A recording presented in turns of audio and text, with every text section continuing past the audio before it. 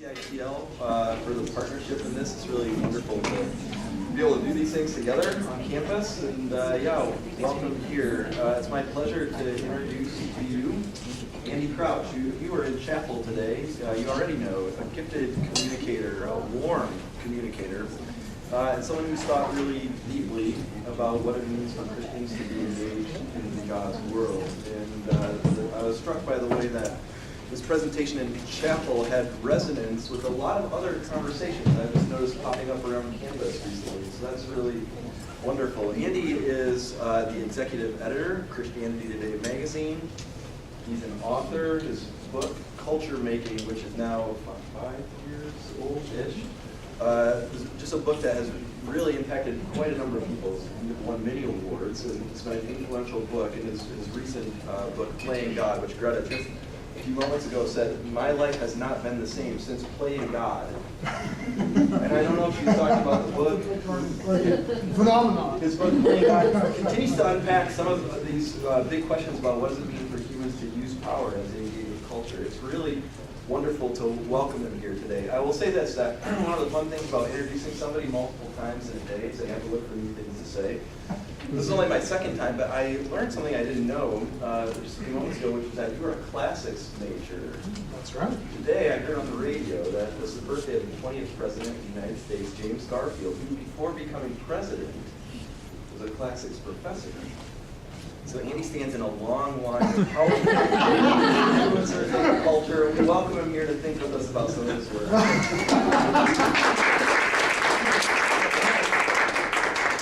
Around my family's entertainment, someone would say at that point, great segue. Like, how do you pull that off? Classics, James Garfield. Amazing. Well done. I can't wait to hear like the 5th introduction. Me too. We'll be scraping them out of the barrel at that point. I am so thrilled to be here. I think my first awareness of LeTourneau was maybe through Bill Peel, who is oh yes, right here. And learning a little bit about the Center for Faith and Work, or whatever exactly the nomenclature you're using. I was so excited about what he was doing, and just started to get this glimmer of awareness of this remarkable institution. And then talking with Aaron and others as I've been preparing to come has just made me aware of the very unique and significant things you all are doing. And so I am thrilled to be spending this day with you.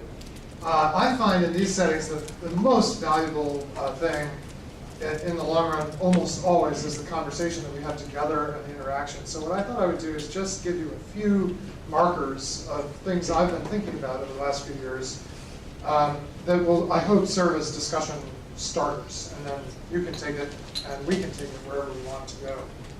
But I thought I'd just identify a number of transitions that I think are happening and need to happen in the way that we in the Christian community, and maybe specifically in Christian colleges and universities, think about or approach the very broad topic of culture. And these are transitions from sort of our default or easiest ways of imagining and engaging with culture to more demanding ways that I think also are more fruitful and give us more traction in understanding really what's at stake when we think about faith and culture, and also what our calling is, our Christian calling is in these things. So the first transition, it's kind of an obvious one, but it's the transition from seeing culture as basically neutral to seeing culture as glorious and idolatrous.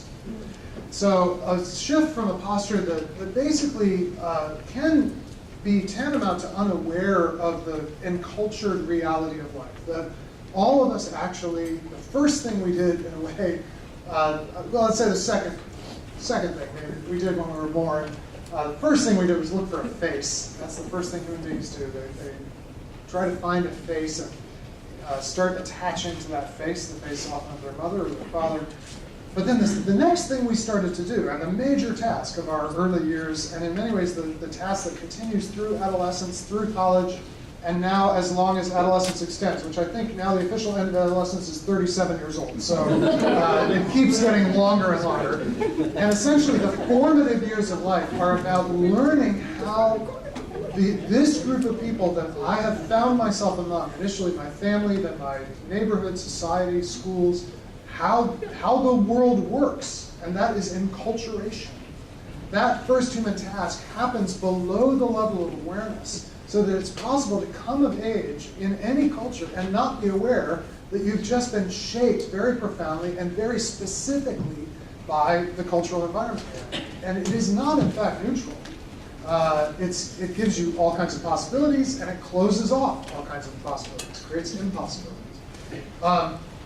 And I find that, I think less and less this is a problem for Christians, but I want to end in a moment by talking about technology as a way of starting the conversation. And one of the things people often say about technology is some variety of the idea that technology is neutral.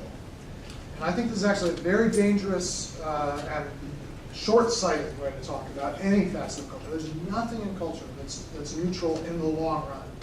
Culture either is moving towards the glorious culmination of God's purposes for creation, or it is inscribing and perpetuating idolatry. That is the substitute of human images, or human-made images, for the actual image bearers, the God-made images, which is us. And so culture is always either tending towards a kind of fulfillment of what was meant to be, which is the glory of human stewardship of creation, or it's tending towards a deep, profound distortion of the way things were meant to be. And I just think it's very rare for culture to be in this sort of safe, kind of lukewarm middle ground where it really doesn't matter one way or another. So, from neutral to glorious and idolatrous, and the kinds of awareness we have if we start looking at everything around us and asking, is this tending towards glory or tending towards idolatry? The second transition we need to make is from content to form. Very often I find when people talk to me about the culture, which is a phrase I don't like, because there isn't one culture, there are many cultures, but when people talk about the culture, what they end up talking about are the messages the culture sends. They talk about content, and the easiest way to think of it is when you listen to music, they're talking about the lyrics all the time, the sort of the level of denotation, the level of explicit communication. But content, whatever content is delivered by culture, is a tiny, tiny layer on top of an infinite depth of communication that happens at the level of form. So in this room right now, a little bit of content is being communicated. That is, I'm speaking words that you're hearing and interacting with. There's a sign on the wall that tells us the name of the lounge, there's the name of the university, and then there's a NCAA Division III banner for purposes unknown to me. And that's about all the content that's in this room. But the form of this room is communicating far more deeply and comprehensively than this little thin layer of explicit communication. So the fact that we're seated in groups of 4 around tables creates a certain kind of sociability, certain kinds of conversation happen that wouldn't happen if we had set up all the chairs in rows, or if we had big, long tables where you can't really talk with everybody. The fact that there's 30-odd people in the room rather than 300, the shape of the room, this little device attached to my lapel that amplifies my voice and slightly changes the way that we're going to talk with one another. The fact that a camera, hello camera, is recording me, is changing how I'm behaving to some extent, probably not enough. It's always embarrassing to watch yourself on tape later, right?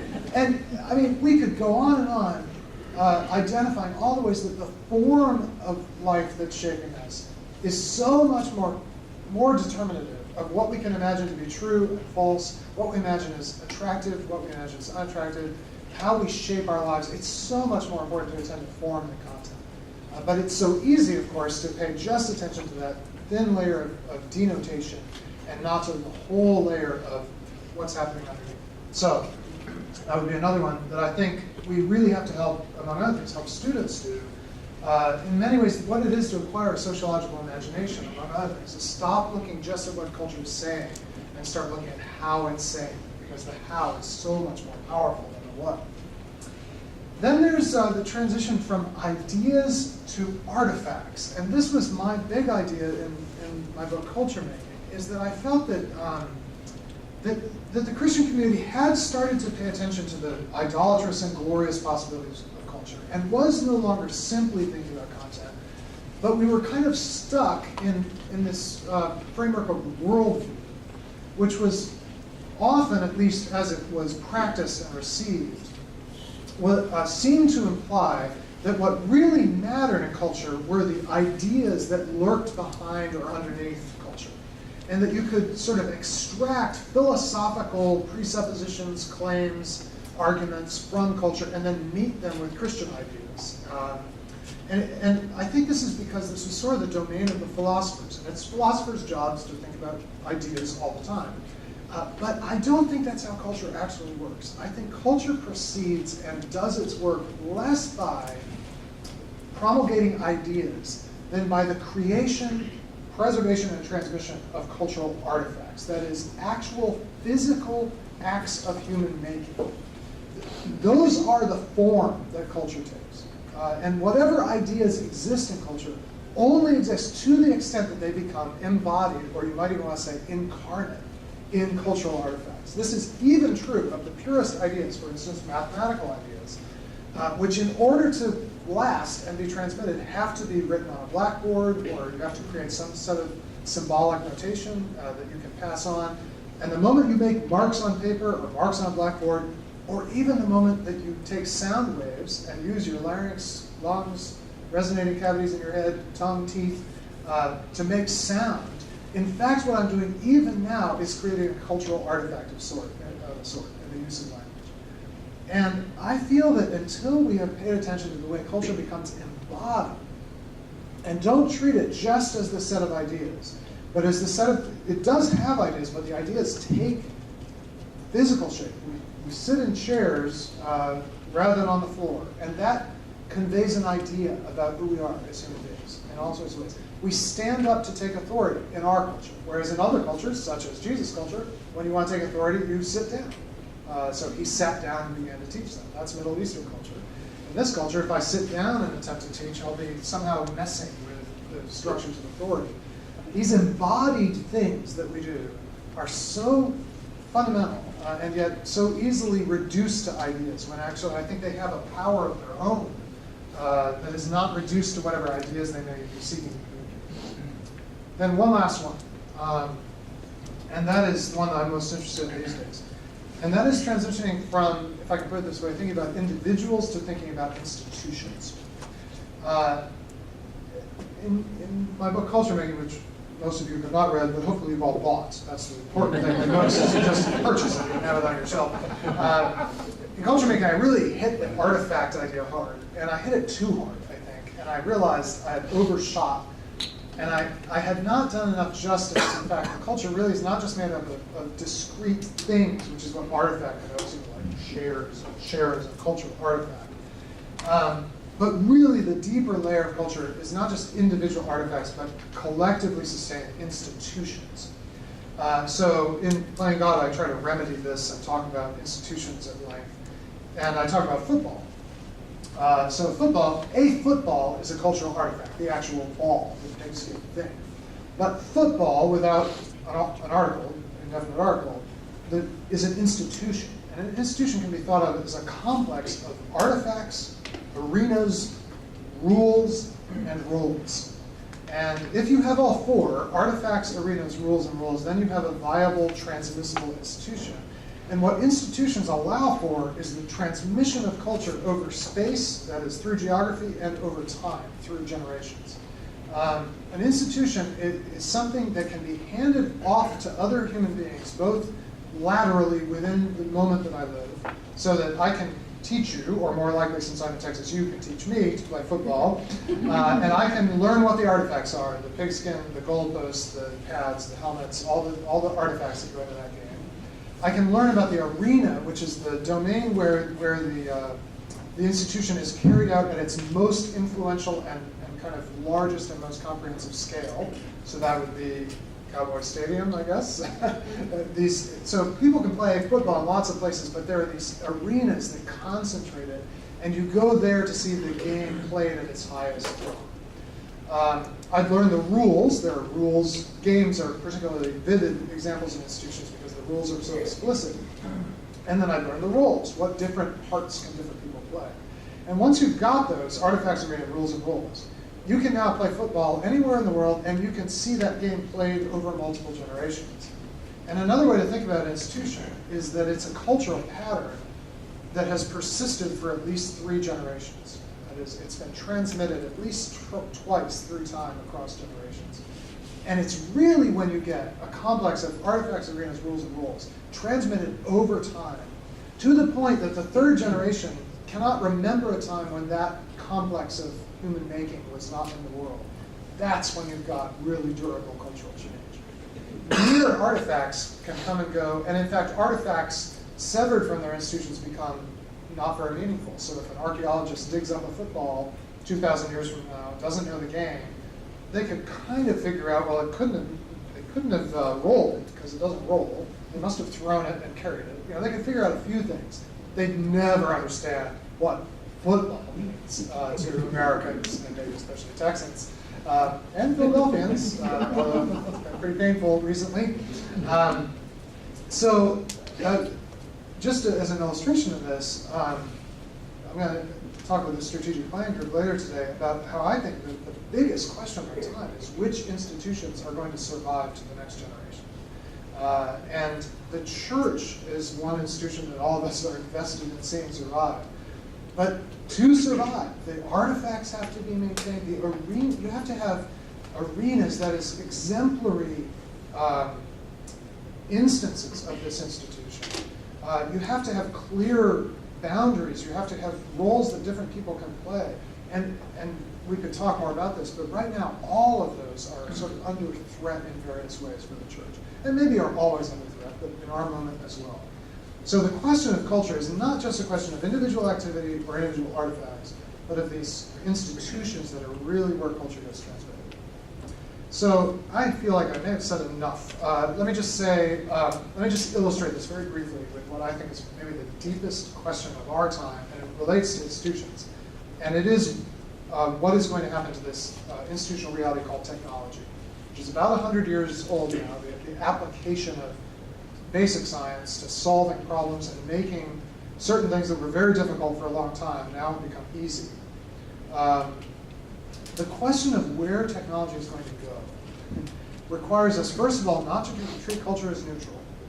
Technology offers us glorious possibilities and profoundly idolatrous possibilities. It is not just a matter of ideas. The question is going to be what artifacts are we going to create, and how are those going to shape the horizons of possibility for future generations? It's definitely not just a question of content. So I have an iPhone, right? I mean, there's no content at all on my iPhone right now. But the form of this thing is so powerful. Just the fact that it is sitting kind of comfortingly, it has this comfort little presence in my pocket. I can feel it there. Like, oh, my phone, you're still there. And what is it promising me? Well, at the moment, nothing in terms of form, but in terms of content, but the form is making powerful promises to me. Which is why I treat this with the reverence that other cultures treat their household deities. Namely, I feed it every single day. I never forget to feed my iPhone. I'm very conscious of its battery level, right? And it's very rare that this runs out of power, because I tend to. And a few years ago, I thought, that is exactly like when I visit India and Hindu friends in their homes. There's this little corner in the house with often an ancestor and then maybe a representation of one or two gods, and there's incense there. And no one ever forgets to light the incense. It's the exact same pattern. This is the thing that we now tend very assiduously. And then it's definitely going to raise institutional questions. What patterns are being created by technology that will persist for multiple generations? And how will either the glory of technology or the idolatry of technology start to shape future generations who grow up not knowing any other possibility? Because that's what institutions do. It's great having John Dyer here. John is one of my favorite thinkers on these things in the Christian world. And these are the questions we need to be thinking about. So maybe that's enough to get us started on a conversation. And now comes that awkward moment where someone decides to speak first after I've been speaking for a while. Yeah. So you're saying that, all right, the cell phone it's not neutral. Right. Are you talking about in and of itself, or how we view it? Is something idolatrous or glorious in and of itself, or is it the stature we give it in our lives, or both? Oh, well, clearly, I mean, just the thing itself is inert. But as it's taken up into culture, it's never taken up without a complex of assumptions, values, hopes, fears. And so, I mean, I could just toss this out the window and it would do nothing. It's inert by itself. But when it's embedded, this is why it helps to think institutionally. It's embedded in a system of artifacts, arenas, rules, roles. Then it becomes inescapably meaningful. And not just meaningful in a neutral way, but it starts shaping life. Yeah. That's a good clarification. Yeah. Thanks, Andy. So I'm a history professor, so I just sort of think in historical thought. Yeah. So we've been talking in class about development of education through the Middle Ages, the Renaissance, and the Enlightenment. So it makes me think about institutions there, how institutions were created and then changed over time. Yes. And then as you were sharing, I also was thinking about Hitler almost installed a multi-generational institution in Germany before it stopped. Wow. So could you give some thoughts, how do we challenge institutions as they're developing? Yes. How do we engage them? And maybe some places where they're going awry, maybe that's too strong of a way, can we sort of help change that, turn that trajectory? Yeah. Yes, one of the things I've concluded, on the one hand, I think it takes 3 generations for institutionalization to really happen. It takes about 3 generations for a pattern to become so deeply embedded that people can't imagine any other way. And the other thing that always happens, I think, pretty much without exception, in those first 3 generations, is that in some way the institution begins to fail. All institutions by the 3rd generation have in some significant way failed.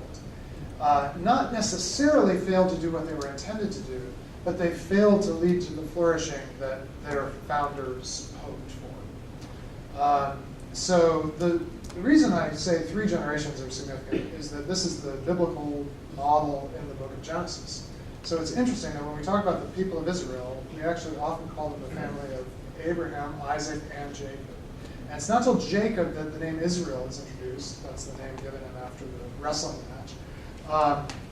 And it's not till the 3rd generation that you really have a people that is a transmissible set of beliefs and practices in the world. But of course, what Genesis is also the narrative of is the failure of this family to be who they're meant to be. Even in the 1st generation, but by the 3rd generation, and especially by Jacob's children, it's gotten totally messed up. And that's the point of the Joseph story.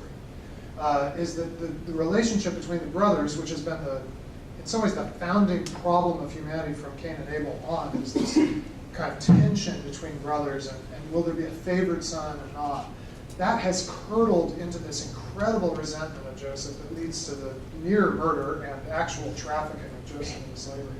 And the chosen family by generation 3 has totally gone off the rails. It is not behaving in the way that human beings were meant to behave, let alone God's plan to restore the nations. It's totally messed up.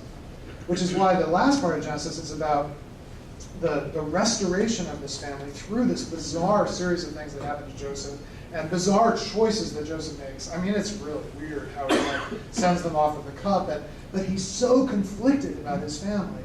But what eventually happens is a deep reconciliation within the family of Israel, the family of Jacob, also known as Israel, that in some measure heals the failure of that family institution. So I take this to be a kind of a model for what every institution has to do, which is have mechanisms of prophetic confrontation and then forgiveness and reconciliation. So prophetic confrontation, this is where the prophets come in. You have to have somebody who's willing to say the institution is failing. That's what the prophets do in Israel. And institutional leaders hate prophets. You remember, is it Ahab who's like, oh my gosh, whichever prophet it is, he's coming again. He never prophesies anything good about me. It's so annoying. And institutions find it very hard to know what to do with prophets, but institutions without prophets are actually quite demonic. institutions that can't tolerate voices that say something has gone wrong. This, of course, would be Nazi Germany, an incredible example of an incipiently demonic institution. And then what has to happen is not just, see, the problem with prophets is they're very good at confronting. They are not always very good at reconciling. And the other thing that has to happen with institutional failure is some process by which we come out on the other side having forgiven one another and again able to trust one another and keep the family going in a sense, or whatever the institution is. So you have to have prophets, and then you have to have, not always the same person, agents of forgiveness. Now, an amazing example in our time of someone who was both is Nelson Mandela. So Nelson Mandela, in the very broken institutional system of apartheid, functions prophetically, profoundly prophetically after his imprisonment on Robben Island, where he renounces violence and says, actually, the way is going to have to involve reconciliation. He's still a very powerful prophetic character. But then when apartheid does end, he leads this process called Truth and Reconciliation in South Africa. That is, I think, one of the most amazing things to happen in my own lifetime. That a nation that had been so complicit, perpetrating of evil, actually confessed evil, had the perpetrators and victims meet one another, had forgiveness extended. And that's just an amazing model of really saving a nation. And it happened in our time. And Christians were really involved in it. And it probably wouldn't have happened without Christians. Sorry, that was a really long answer, but what a great question. Yeah? My name is Annie Ilsa. I'm in the field of writing and rhetoric. Oh, wow, And awesome. I'm interested in what you said about roles in institutions related to technology. In my field, one of the common conversations in scholarship is about identity and technology and the different roles that we play. And starting even back in the 80s, early 90s, the idea of identity and whether identity was a unitary thing or a fractured thing. Sherry Turkle, one of the seminal works, Identity in the Age of the Internet. Yes. And the idea that's still being promulgated is that we are not unitary selves, that these multiple roles that we play are all equal identities, even if they're fictional, in all of these ways that technology enables that.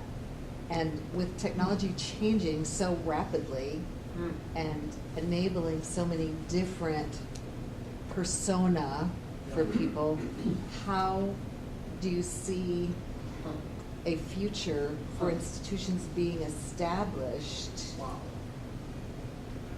with that rapid pace of change?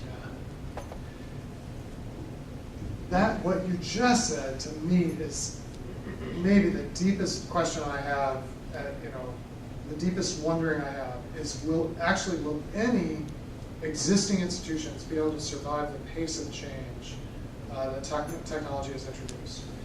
Because if part of institutionalization is multi-generational transmission, what happens if the environment changes so dramatically from generation to generation that there's nothing viable to transmit, and the behaviors, patterns that were very adaptive and we could say led to flourishing at one point, like it's so different even just 5 years later. I mean, even just thinking about how different Facebook is for all of us today than it was 2 years ago because of changes in the newsfeed and algorithms and so forth, let alone when it started. And the rules, roles, artifacts, arenas are shifting even within that one little domain. And so you read, I mean, even some of Sherry Turkle's stuff, she's one of the people I most admire in the world right now because I think she's asking the right questions. You read her early work and it's so out of step with how people configure their lives even now. Like it's shifted so fast.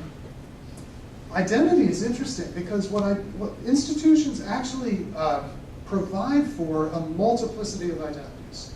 And that's actually one of the really healthy things about institutions. So the most basic human institution is the family. And one of the interesting things about the family is all the different roles that it creates as possibilities for human beings. And it allows you to play several of those roles at once. So I am a son, I'm a brother, I'm a husband, I'm a father, I'm an uncle, I'm a nephew. I might have missed a few that we would be familiar with. And then in other cultures, there would actually be a bunch more even elaborations of that. And I'm actually all of those things.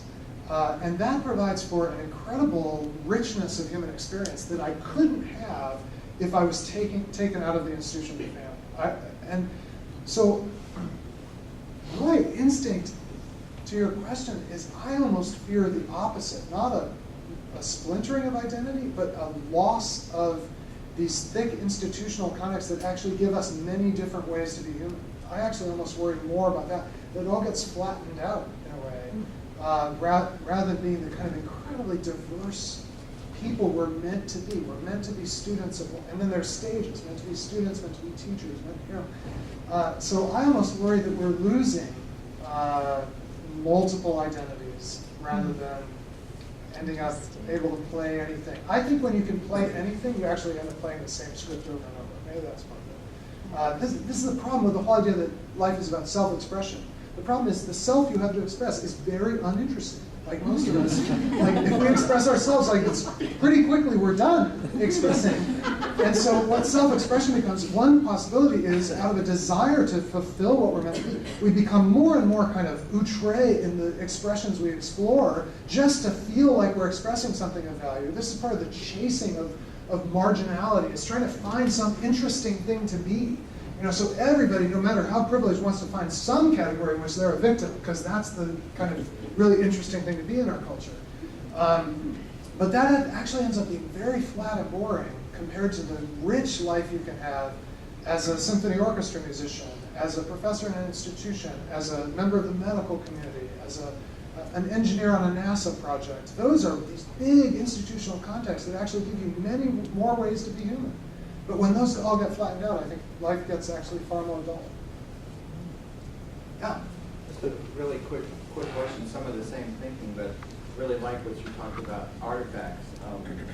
I wonder, and it's a question that I know I face, and we get the opportunity to talk with our students, but we put ourselves back in the early 1900s, and you look at someone like Henry Ford, and there are quotes where he said, "I'm so excited that I can bring the car and technology to the family. They can feed it, they can care for it, same way we're doing with these." And he says, because the family will now have an opportunity to spend time together. Wow. Now, you look at that with the article, the recent article in Christianity Today about the church and the mega church and how the car has shaped our culture. So my question that I struggle with is, as creators around these tables, as creating and mentoring students to be creators, can we go back to Henry Ford and say, teachers around here would have taught Henry Ford? Could we have taught him to realize that he shouldn't probably have created the car in the way that he did? In your work, are you seeing any evidence that we can actually have that formative creativity around the artifacts, I guess? Oh, it's such a good question. I mean, because the honest truth is the unintended consequences of any major institution always dwarf the intended consequences. I think that could almost be an axiom of culture. That in the long run, over multiple generations, the unintended, unforeseeable consequences are far more consequential than whatever you thought you were making. The one that I think about a lot is the Interstate Highway System, which was the National Interstate Highway and Defense Act of 1954, or whatever it was, would you say? It was for this very limited set of goals. It has ended up completely changing our world. Everything about America is different because of that. And how much of that difference was intended, and how much of that difference, if Dwight Eisenhower and his generation could have foreseen it, would they have run screaming in the other direction? I mean, because it's destroyed so much of what was valued in American life. So the question, if Henry Ford had been a student at LeTourneau, could we have prepared him to realize he shouldn't make a car? I think the honest answer is no. We never could have foreseen, and we can't foresee now. I think we could have prepared him. Henry Ford is an interesting character, actually. He could have used a LeTourneau, I think. We could have prepared him to make course corrections in the process of the institutionalization of the automobile, out of a sense that this was not leading all in a glorious direction. There's a really interesting example happening right now. It's Google Glass. So it's this idea that wouldn't it be awesome if we all had a camera, attached to our glasses here that would project, it would take pictures and project information constantly, right? It turns out that would actually not be awesome at all. It's actually a terrible idea, and people are realizing it. And it looks like this product, even the Google guy, Sergey Brin, is no longer wearing it. It's because I think people are realizing this is not conducive to flourishing relationships, flourishing sociability. Can we educate students who will have that level? Frankly, it doesn't take much sensitivity to realize wearing a big camera on your glasses is not going to help. And it's very telling that engineers would think that would be a good thing, right? But we need to have people who are far more attuned to what is this doing to flourishing. And could we have been helpful to Henry Ford in that way? Maybe we could have. Well, it's interesting you talked about the highways, because we all know who helped create highways, our family. Yes. And Aaron and I were talking a little bit about, I have no hesitation actually at some basic level of digging in the earth and finding that there are these amazingly energy dense hydrocarbons and taking advantage of that energy density and portability and all that. And yet, the way it shapes life, and the deepest promise of technology is life's supposed to be easy. And once you have access to high energy density sources, unlike organic power, horsepower, human power, which are quite not very energy dense, once you have hydrocarbons, let alone nuclear power, that just give you so much wattage for so little work, you start to believe that the world can become easy.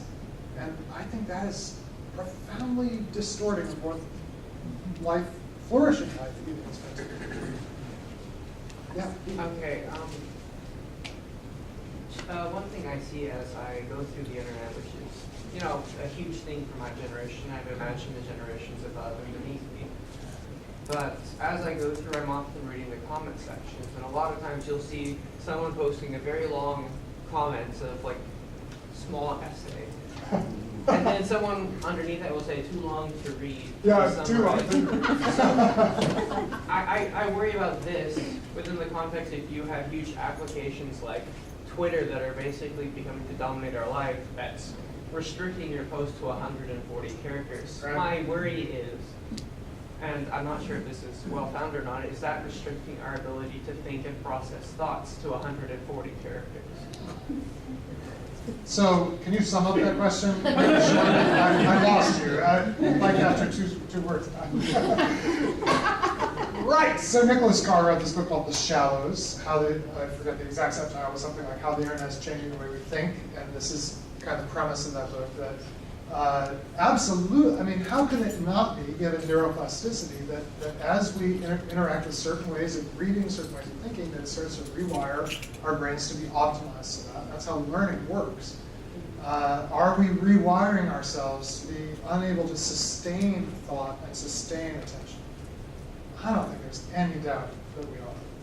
So the question is, what are we going to do about it? And here's where this is the glorious thing about culture. We get to keep making culture. We're not stuck with it the way it is. And this is, to me, one of the incredible gifts of a place like this, is you have engineers here who can actually build things, as opposed to just think about them. You have people who make artifacts, not just ideas. We need the ideas. We need input from ideas. But what could we build on top of the infrastructure we have, or perhaps eventually supplanting it, that would be more conducive to attention? And I think there are hints of this. The other thing, though, that Christians at least have to do, but I suppose every human being has to do it in order to survive, is develop what Albert Bergman calls ascesis. So we get the word ascetic from this. Ascesis, the Greek word for voluntary withdrawal from pleasurable things. An ascetic is someone who's learned how to discipline her or his appetite for pleasurable things for the sake of deeper things, or better things sometimes. And what Borgman says is that the technological world promises us such ease, which is the most basic pleasure. The most basic pleasure for any agent is to be able to act with very little resistance. And that's what technology gives us. And we actually have to develop an ascetic mindset where we voluntarily withdraw from some of the ease of our technological world in order to pursue deeper pleasures and deeper callings. So in Lent of this year, I'm taking a little sabbatical for the next few months, and in Lent, I'm going to turn off all the screens in my life, from the littlest screen in my pocket to the biggest screen in my house. And I'm just going to have 40 days without screens, not because screens are bad, not because they're neutral, but because I sense kinds of idolatry creeping into my life that I want to surface by fasting from them. So fasting becomes a very important metaphor, not just for food, but from technology, even to be able to discern what is this doing to me. And I think you have to do it for long enough that you detox. So that's why I'm hoping 40 days is enough. I may completely freak out. I don't know. You're going to be doing a sabbatical at that time, because how could you possibly do your work? How could I do my work? I suppose I couldn't. That's why I have to take a sabbatical to do it. Yeah.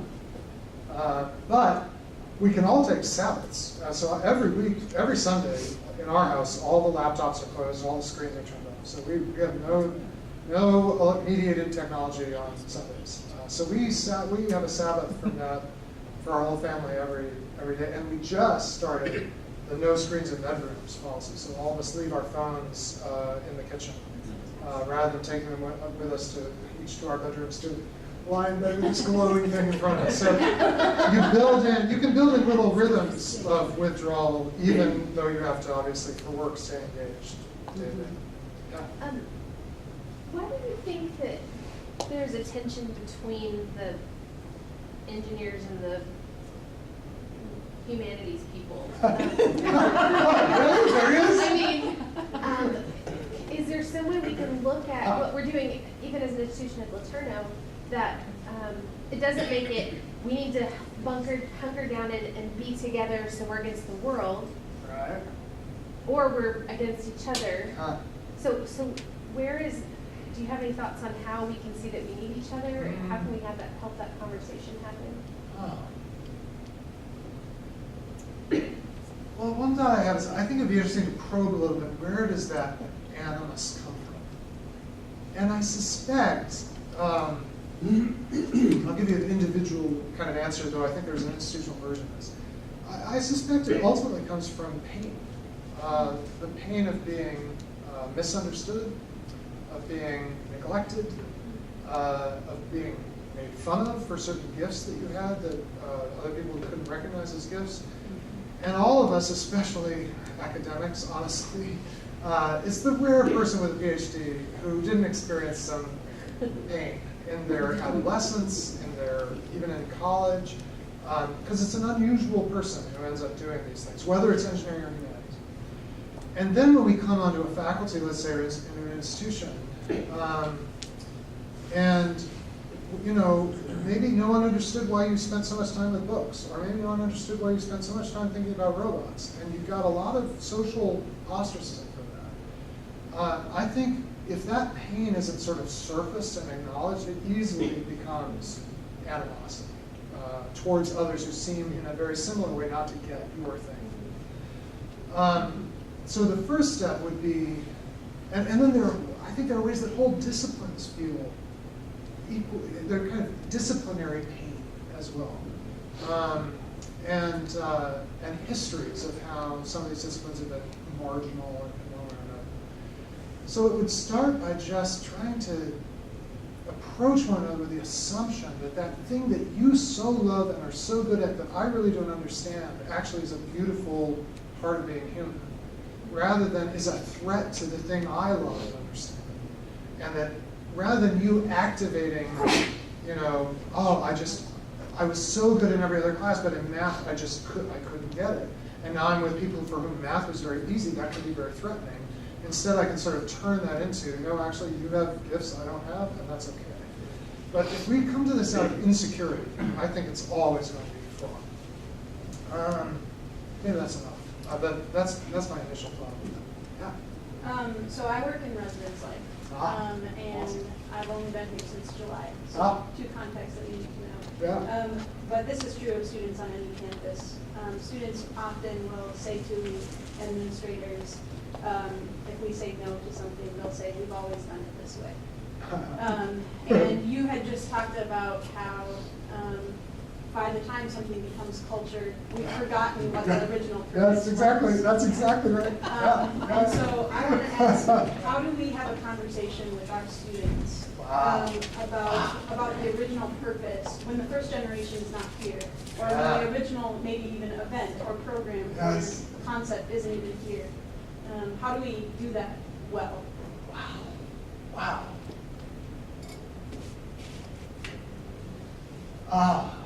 That's such a good, I almost think if you wake up every morning with that question, you'll do a lot better at it, first of all. Just being aware that that's the challenge. That's the challenge of healthy institutions.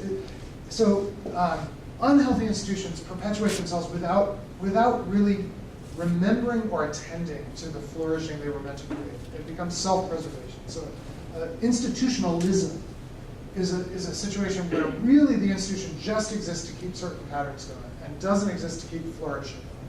Initially, institutions are always created for flourishing, but over time they start to worry more and more about the flourishing of the institution and less about the flourishing of persons.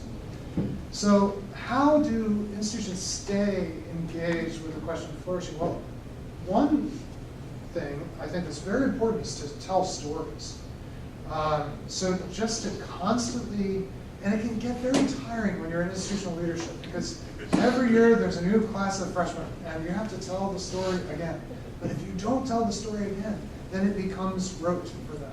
So I think asking what are our institutional stories around these different things we do, whatever they are, that we do think are valuable, and how can we tell those again, and also I think it's fair for institutions to make the case that flourishing is created by this.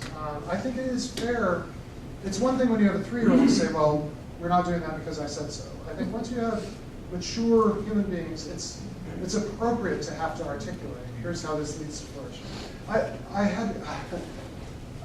was asked to speak at a chapel at Messiah College in Pennsylvania, and they told me after they gave me the invitation, they were like, oh, by the way, it's Alcohol Awareness Week. Would you mind speaking about alcohol on our, and they didn't, like, I do not want to be the speaker for Alcohol Awareness Week. I want to go,